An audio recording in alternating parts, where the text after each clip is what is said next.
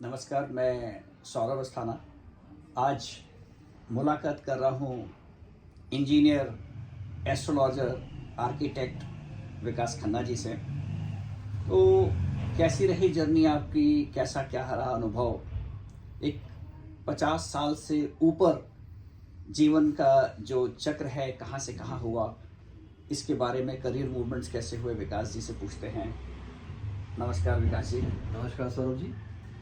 देखिए, ज़िंदगी की शुरुआत तो हम लोगों ने एज ए इंजीनियर करी, जिसमें कि मेरा मेन व्यवसाय था कंस्ट्रक्शन का।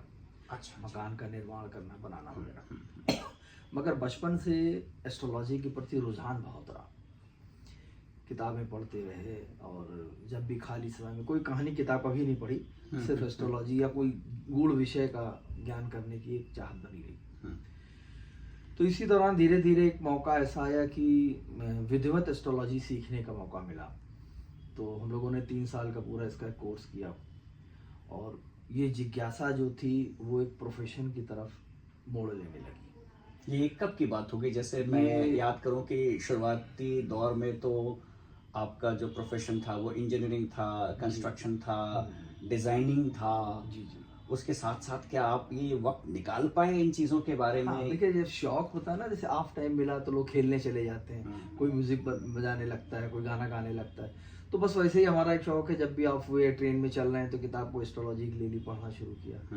इत्तेफाक से एक होटल बनवा रहा था मैं, तो उसी के बगल में ज्योतिष का विद्यालय था। तो बार बार वहाँ से गुजरता था, तो एक दिन चला गया और जाने के बाद मैंने एडमिशन ले लिया।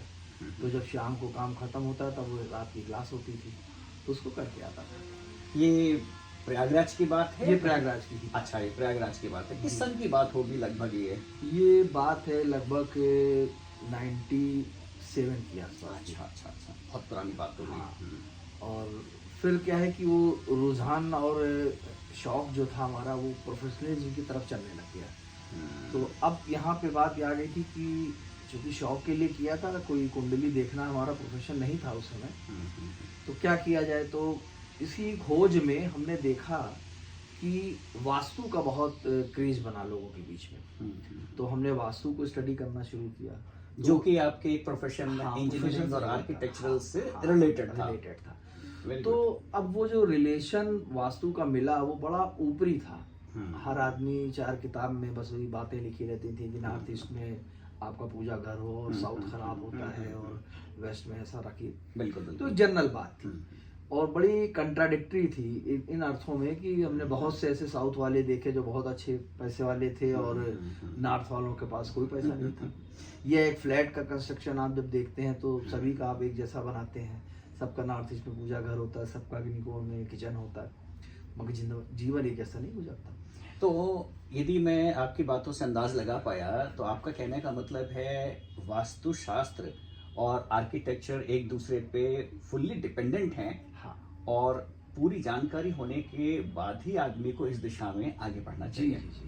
If you want to become a good designer, architect, तो उसमें आपका यदि वास्तु का अच्छा ज्ञान है तो ये बहुत अच्छा कॉम्प्लीमेंट करता है उसको। हाँ। तो बस वो एड ऑन हो गया। मेरे अपना प्रोफेशन जो चल रहा था इंजीनियरिंग और आर्किटेक्चर का, उसमें ये एक ऐड हो गई चीजें, ऐड आई चीजें, और उससे ये हुआ कि हमारे पास जो क्लाइंटेज था बढ़ा। स्पेसिफाइड इवन कि आप समझिए कि बहुत से ऐसे लोग थे जो सब कुछ करवाने के बाद मेरे पास आते थे कि गृह प्रवेश हो गया और घर में जाते ही या तो दुकान बैठ गई या फलाने किसी की डेथ हो गई। तो फिर उस समय एक तोड़फोड़ का जो माहौल होता था, मकान को जैसे करो गलत बना दिया, वो अटपटा सा लगता था। तो हम लोगों ने यहाँ थोड़ा चीज़ और बताना चाहेंगे आपको कि वास्तु जो है बेसिकली ये एक जनरल वास्तु का कोई इम्पोर्टेंस नहीं होता कि आपने नॉर्थ ईस्ट किचन वो बना दिया पूजा घर और उस पर अग्निकोण में किचन बना दिया। ये जनरल बात है, अध्ययन जो हमने डिसाइड किया, हम आगे के एपिसोड्स में इस पे बात करेंगे।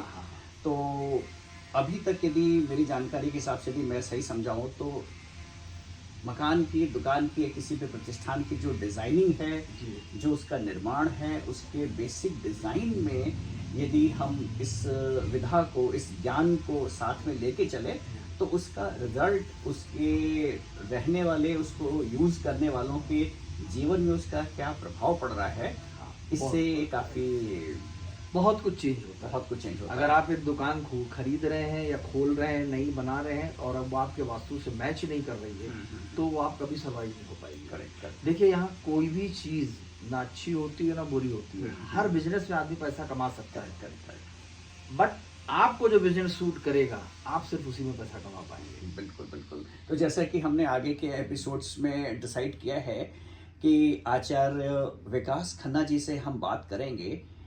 अभी तो हमने ये डिस्कस किया कि वास्तु आर्किटेक्चर कैसे इंटर रिलेटेड है, इंटरडिपेंडेंट हैं। आगे आने वाले एपिसोड्स में हम ये बात करेंगे कि किसी भी दुकान के लिए, घर के लिए इन चीज़ों का क्या फ़र्क पड़ता है, उसके क्या साइंस हैं, उसके क्या इफ़ेक्ट्स हैं, शॉर्ट टर्म इम्पैक्ट्स क्या हैं, लॉन्ग टर्म इम्पैक्ट्स क्या हैं। तो ये काफ़ी इंटरेस्टिंग हो सकता है आपके लिए।